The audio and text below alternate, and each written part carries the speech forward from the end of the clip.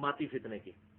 इल्मी point number 3, अंबिया किराम अलैहिस्सलाम अपनी कब्रों में जिंदा हैं और उनकी जिंदगी नंबर 1 उखरवी है, यानी आखिरत की जिंदगी।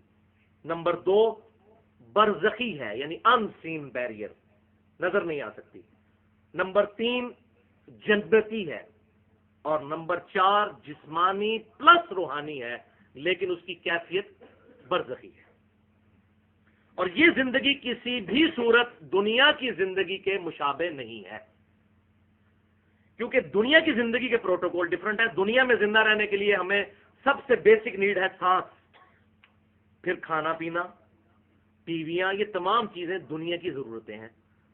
लेकिन आखिरत की जिंदगी में कोई ऐसी चीज नहीं। दुनिया में बैतुल खुला भी जाना पड़ता है, जबकि सही मुस्लिम में हदीस है कि जन्नती जब खाना खाएंगे जन्नत का, तो एक खुशबूदार डकार आएगी, उनका सारा खाना हजम हो जाएगा, कोई पेशाब तो खाने की हाजत ही नहीं रहेगी। दुनिया की जिंदगी और आखिरत की जिंदगी में बड़ा फर्क है। इसलिए हम सिर्फ ये कब्र मुबारक की जिंदगी का एक धुंधला सा तस्वुर इस मुतशाबह चीज का कुरान और सुन्नत की रोशनी में पेश कर सकते हैं। जितना बताया गया उससे आगे हम बढ़ नहीं सकते। अब अगर कोई शख्स ये चाहे कि कब्र मुबारक खोद कर आप सल्लल्लाहु अलैहि वसल्लम को देखना चाहे कि आप सल्लल्लाहु अलैहि वसल्लम की कब्र मुबारक में जिंदगी कैसी है, तो उसको ऑब्जर्व नहीं कर सकता। ये ना समझिएगा जैसे हम तय खाने में बैठ जाएं तो आप सल्लल्लाहु अलैहि वसल्लम भी कब्र मुबारक में इसी तरीके से इसी तरह की जिंदगी गुजार रहे हैं। वो अनसीन बैरियर है, वो हमें नजर नहीं आ सकता। लिहाजा अगर कब्र मुबारक खोदी जाएगी तो आप सल्लल्लाहु अलैहि वसल्लम हमें उसी लेटी हुई हालत में ही नजर आएंगे जैसा कि आप सल्लल्लाहु अलैहि वसल्लम को दफन किया गया था। वो आपकी एक्टिविटीज को हम इस दुनिया में ऑब्जर्व नहीं कर सकते।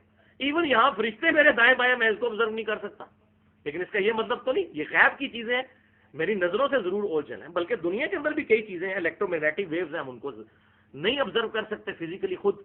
हाँ, तजर्बात से चीजें पता चली हैं, वो भी अब पता चली हैं जिसके ऊपर ये पूरी मोबाइल टेक्नोलॉजी पूरी दुनिया की चल रही है, सैटेलाइट की।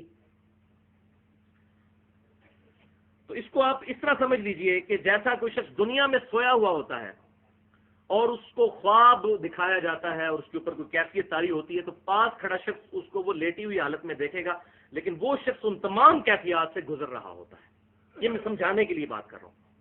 बिल्कुल इस तरीके से अंबिया किराम अलैहिस्सलाम अपनी कब्रों में लेटी हुई हालत में नजर आएंगे, लेकिन उन पर जो कैफियत गुजरी होंगी वो हम नहीं देख सकते।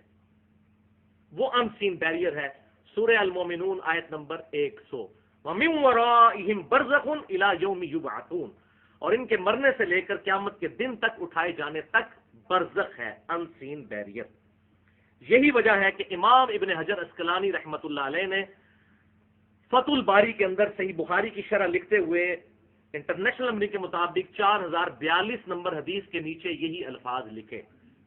एग्जैक्ट वर्ड में पढ़ने लगा हूं, लिअन्नहु बादा मौतिही, और बेशक ये कि आप सल्लल्लाहु अलैहि वसल्लम अपनी मौत के बाद, व इन काना हय्यन, अगरचे के जिंदा है, फहिया हयातुन उखरविया, लेकिन ये जिंदगी उखरवी है।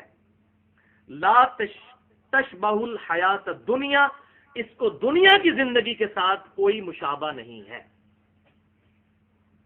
दुनिया की जिंदगी से मुख्तलिफ है। अब ये उखरवी है, जन्नती है, बरज़खी है, इस कॉन्टेक्स्ट में